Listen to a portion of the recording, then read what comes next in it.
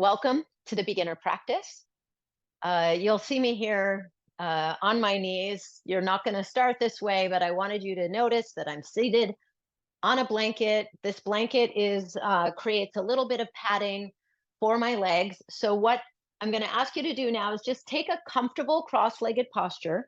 You can sit on the height of the edge of that blanket, or you blanket and have that blanket be underneath your hips, your feet, your ankles. So this is also an option if you really are just using the blanket to support the skin and the bones. Or, and I'm going to show one more. If you are in a room where there is a couch or a chair and it doesn't feel good to you just yet to get onto the floor, then I want you to sit on your support on your chair. And I'm going to spin to the side so that you can see. But when I sit on a chair, I want to be sure that my ankles are below the knees and the thighs are parallel to the floor. So any one of these options is appropriate if you've decided to sit on a chair. I'm going to come back down onto the floor and we'll start there. So you cross your legs. You can bring your right leg in first. If you haven't already done that, go ahead and adjust your legs. So you bring the right leg in first, the foot comes underneath the thigh, and then cross your left shin in front of that. And so both of your feet, if you hold the outsides of your feet, both of your feet are kind of coming just underneath the knees. And if that starts to feel a little tight or cramped in your hips, you can loosen by widening the knees, and then the feet might be somewhere closer to the calves or ankles. What's important here is that you just start to feel your relationship to your body and on the floor, or what we would say close to the earth. Okay, and now open up your palms, bring your hands to the backs of your thighs. So lift your knees, bring your hands to the backs of your thighs, and use your hands to kind of spread the back of your thigh. So you pull that right thigh a little bit more to the right, the left thigh a little bit more to the left, and then release the legs again and see if that gave you a little bit of a wider seat, a wider base to sit with. And now cup shape your fingers and bring your hands down to the floor so that they're right at the outside of your hips. If your hands are elevated on a blanket, that's fine. But notice here as I'm doing this that my hands aren't too narrow, so I don't want your elbows or arms to disappear. So bring the hands a little wider. So there is a gap, right, between the elbow, between the armpit, between the sides of the body. And now with your fingertips, push downward into the floor and lift your waistline upward. And now don't do it. So let that loose and see what happens. Don't do it.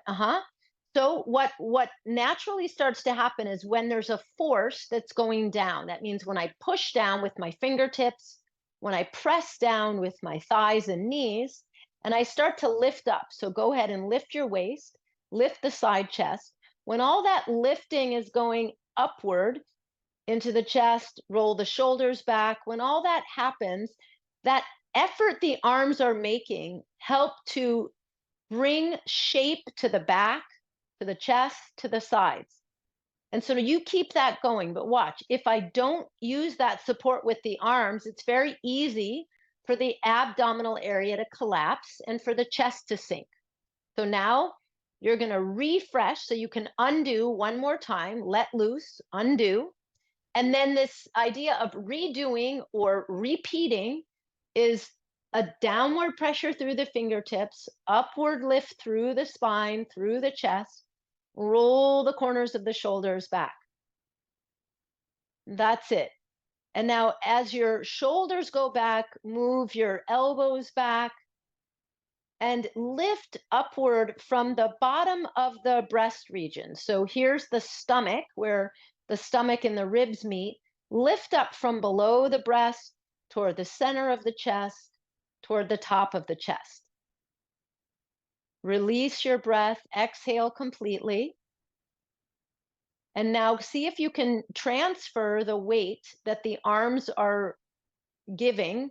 So your arms are pushing down. Transfer that support that they're giving you, that weight, that scaffolding, that structure, and maintain that lift in the back when you release your hands. So free the support of your hands and fold your palms now in front of your chest. And once again, bring the hands down right to where the top of the abdomen is meeting the bottommost ribs. Bring the palms to, you can feel, that's right. You can feel that out. Where are my ribs? Where's the top of the abdomen? Let your thumbs gently rest in that space and extend all of your fingers. And now go ahead and relax your face and brain. So for a moment here, we can close our eyes and see in closing your eyes if the skin of your face can soften. The forehead, the eyelids, the cheeks, around the mouth, lips, tongue, because this mask that is our face that we wear, we move it in all sorts of ways. And it also responds to our thoughts, to tensions, to worries. So, right here at the beginning of your practice, what does it feel like to just let loose the muscles of the forehead, the eyelids, the cheeks, the tongue, the mouth? Relax those muscles.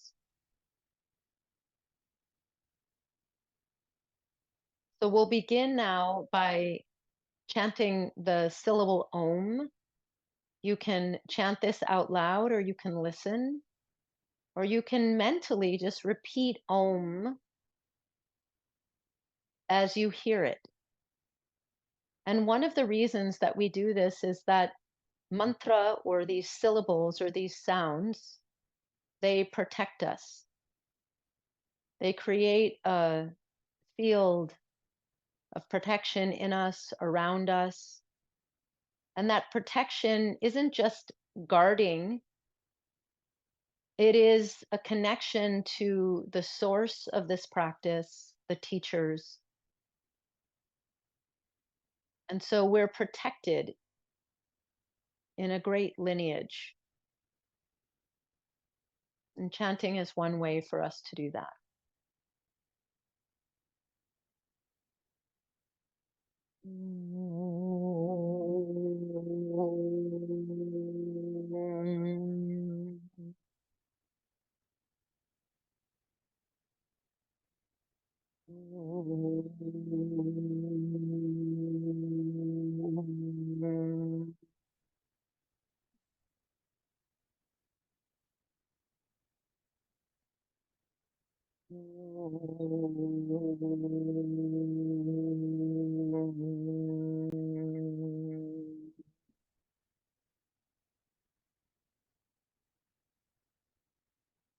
Now, in your next inhale, breathe in and lift your chest a little more.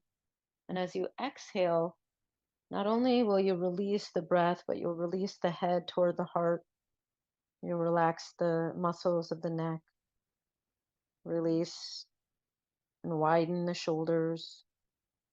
So your head is coming down and your chest is ascending up. Rest your hands on your legs. Raise your head up and open your eyes. Okay. Now release the cross of your legs. So just open the legs again. Change the cross of your legs and just have a feeling for yourself when you change the cross of your legs. Does one side feel different than the other? Just go ahead. So first we took the right leg in first, right? And then the left. Now you're going to take the left leg in first and then cross the right over that.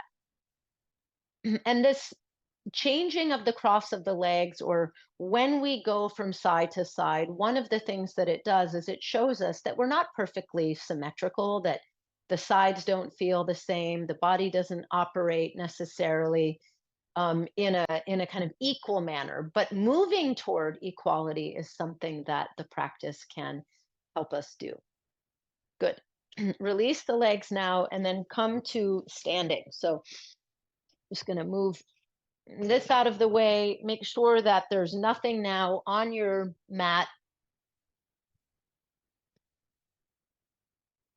And the most basic standing pose that becomes a reference for so many postures in yoga is what we call Tadasana. So, first and foremost, if you are just coming up to stand, and I said stand, and I didn't tell you that this was a yoga pose, go ahead and show me standing. Just stand, just stand up. And if you were just standing, in your kitchen or on a line, you might not stand necessarily symmetrical on both legs, or your feet might be apart, or they could be together, or you could be leaning from one side to the other. So, one of the reasons this Tadasana is important is direction. So when you now bring your feet together for this classical standing pose, this foundational standing pose, look down and start to see that there's direction that's starting to come. So, first of all, look down and see that all of your toes are pointing forward. That means they're stretched and extended forward. And then look down and see, maybe you can see the top of your kneecaps. If you bend forward a little bit more, the knees themselves, the top of the knee, the bottom of the knee, the inner knee, and the outer knee, they're facing forward. Okay, it's really basic. They're going in this direction. Now, with your hands, find your pelvic bones. We also call this, right, the the head of the pelvis here, right? With your hands, show me your fingers so that your heels of your hands are on those bones and your fingers are facing forward. So if you keep kind of climbing up the body, you go to the sides of the waist. Your waist is forward, your navel is forward. Sides of the chest, your chest is forward, right? Bring your hands to the top of the chest and find your clavicles or collarbones. The direction is forward. All right. So when we look at this position, the body parts and the face, they're all forward facing. Extend your arms downward by your side. So very, very basic instructions here. The feet and all of these body parts are in a forward direction.